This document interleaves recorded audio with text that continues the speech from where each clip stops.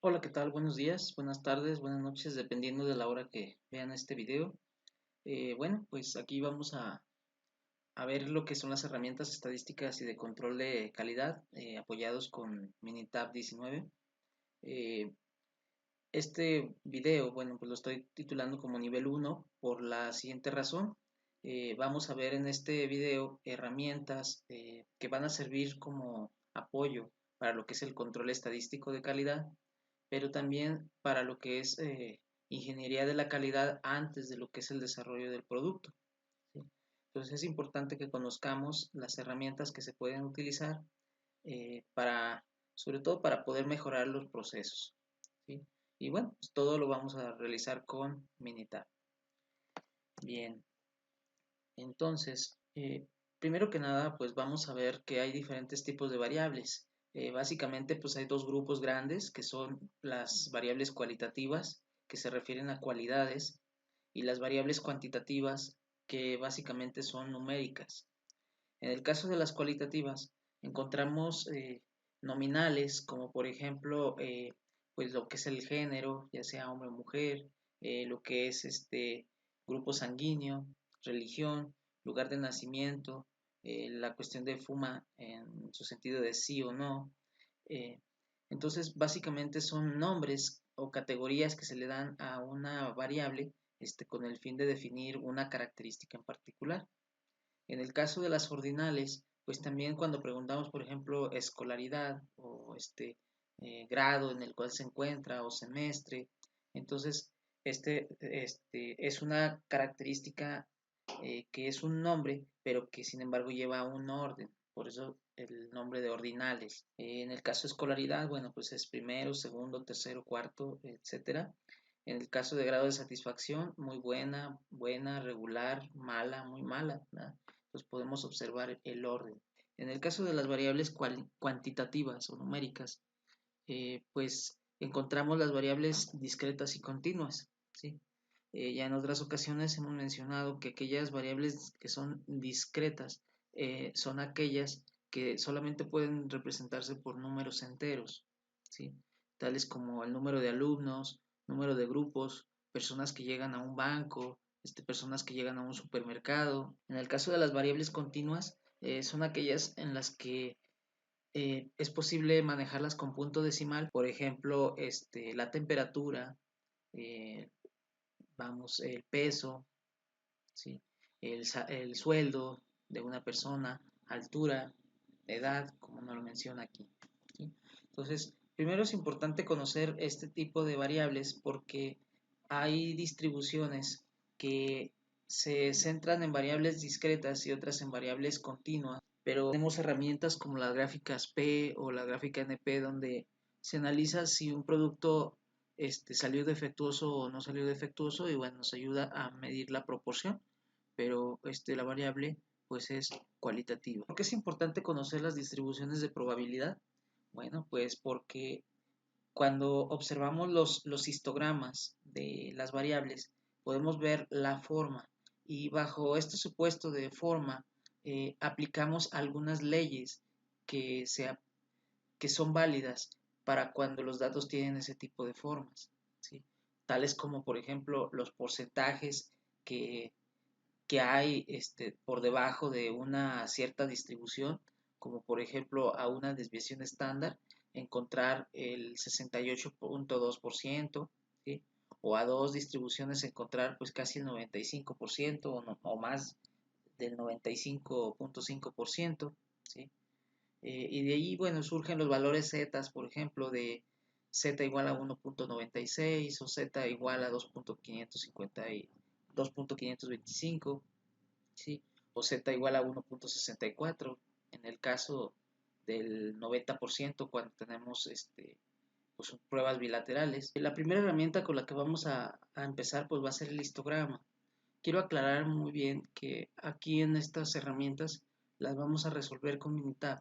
Si ustedes están buscando herramientas a gran profundidad, ¿sí? Es decir, con todos sus conceptos y fórmulas y todo, creo que este video no es el indicado para ustedes. Pero si lo que quieren es ver cuáles herramientas son de las más usuales, pues creo que están en el lugar correcto. Vamos a manejar varias y les voy a decir cómo hacerlas en Minitab. Bien, para poder hacer esta herramienta en Minitab, pues lo que tenemos que hacer es pasar los datos. Ya los tenemos aquí en Minitab. Sin embargo, para hacer un histograma necesitamos que los datos estén en una columna. Lo que voy a hacer es apilarlos. Entonces, me voy a datos y luego apilar y apilar columnas. Seleccionamos las 5 columnas, ¿sí? Ahí las tenemos. Y aquí en la columna de la hoja de trabajo actual, pues le voy a poner dónde quiero apilarlos. En este caso, pues yo les voy a poner que la quiero en C10, ¿sí? Y simplemente damos a aceptar. Si tuviera los títulos en la parte de arriba, podemos colocar los subíndices una columna antes, en C9, para que aparezca de qué columna salieron. Entonces le doy y aquí tenemos los datos apilados. Aquí esto se refería a lo que son los tiempos, ¿sí? Invertidos por una compañía que entrena el recurso humano. Entonces vamos a hacer lo que son estadísticas, gráfica y histograma. Aquí voy a utilizar el simple pero con ajuste para poder observar la campana de Gauss o lo que es esta línea de distribución. Entonces, le doy a aceptar e introduzco lo que es los tiempos, doble clic o bien seleccionamos y le damos clic aquí en seleccionar y simplemente le doy a aceptar. Y tenemos un histograma que tiene, bueno, esta forma, ¿sí? Con una media de 12.36 y una desviación estándar de 1.97 minutos. Aquí, bueno, quiero que noten, hay algunas observaciones que debemos de saber solamente para lo que son los histogramas. Lo que pasa es que en el caso de la cantidad de datos y el número de clases, podemos relacionarlas pues con esta tabla, donde de 20 a 50 tenemos 7 clases, de 50 a 75 tenemos 10, ¿sí? 75 a 100 tenemos 12 clases y de más de 100 pues podemos hacer 15 clases, ¿sí? Estas clases son el número de barras que vamos a tener en el histograma. Podemos utilizar también la fórmula de K, que representa el número de clases, igual a la raíz del número de datos. Por ejemplo, en el caso de tener 100 datos, pues la raíz de 100 son 10, entonces tendríamos 10 clases o 10 barras. Pero sin embargo, bueno, imagínense un histograma que tuviéramos 1000 datos, pues sacar la raíz de 1000, pues serían más de 30 clases, lo cual pues ya es muy exagerado.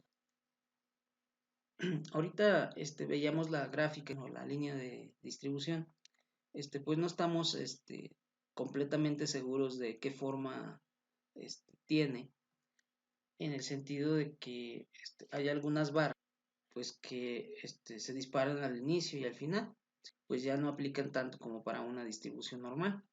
Pero bueno, vamos a checar otra herramienta que nos puede servir. Bien, para realizar la gráfica de caja, ocupamos tener también una columna de datos, ¿sí? Entonces me voy a gráfica y gráfica de caja. En este caso, yo solamente quiero que me dé de una sola columna. ¿Por qué? Porque todos son tiempos de atención, ¿sí?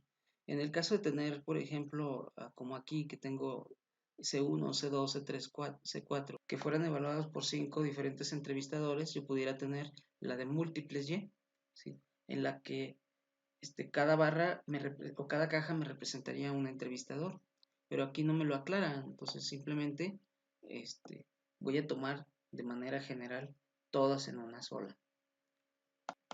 Pues selecciono tiempos y le doy aceptar. En esta gráfica, bueno, hay que observar varias cosas. Primero, al acercarme aquí a la gráfica, sería el cuartil 1, que representa el 25% de los datos.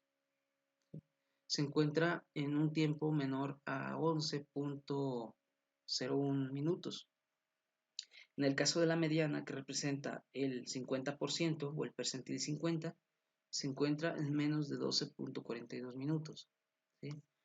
Para el cuartil 3 son 14.26. Es decir, que el 75% de los tiempos es menor a 14.26 minutos.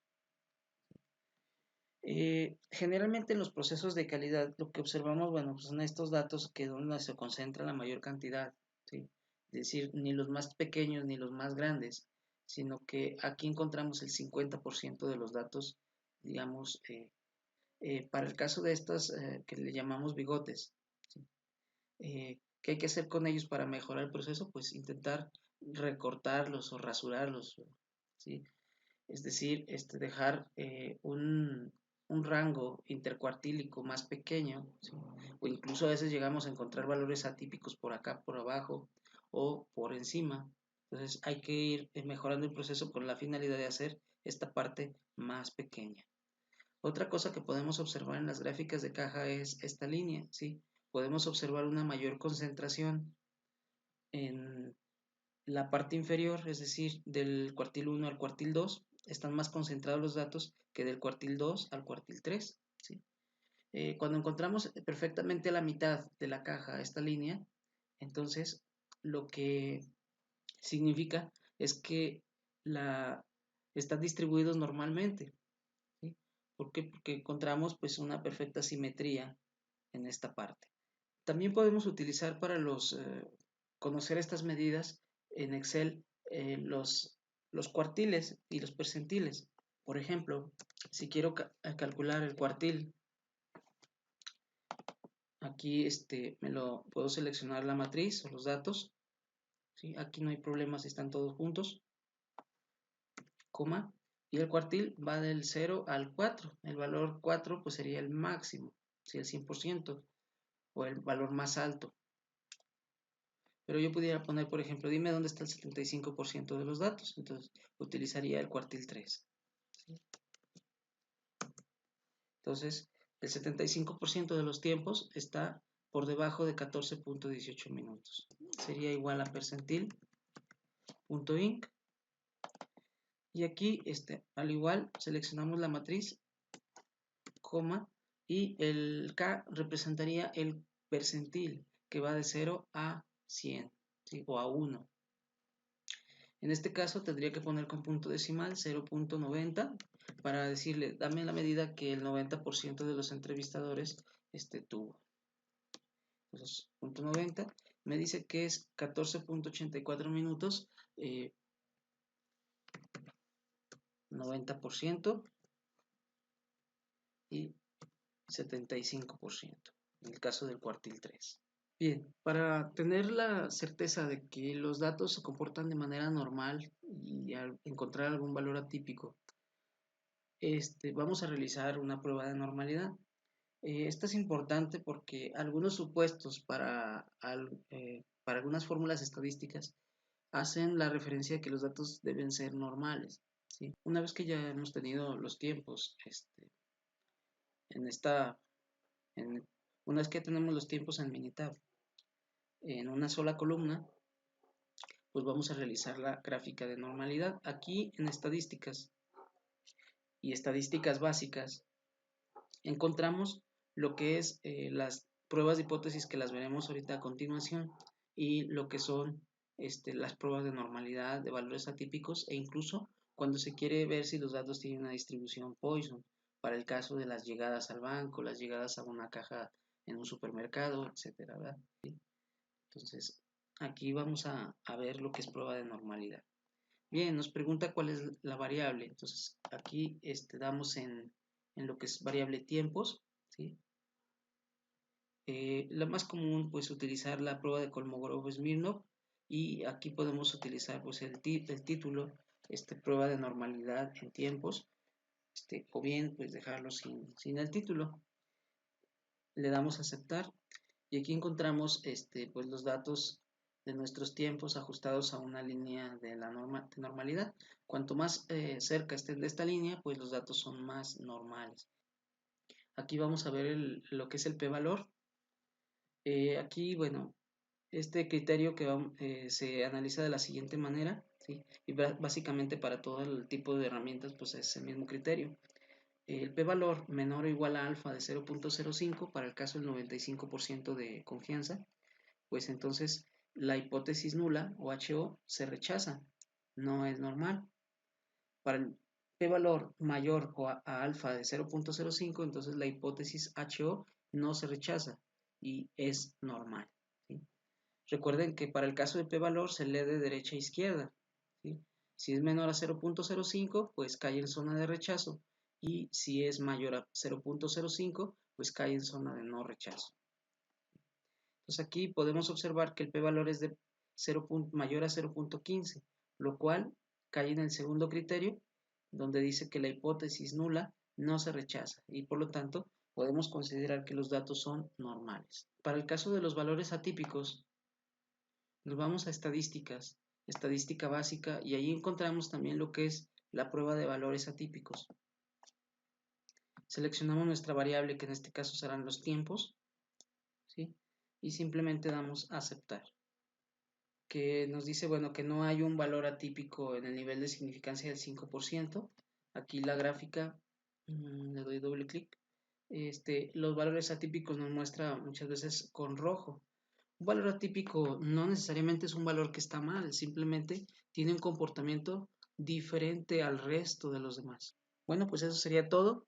Espero verlos en el próximo video, el cual, bueno, abarcará el nivel 2, que serían herramientas sobre todo para control de calidad. Muchas gracias y hasta pronto.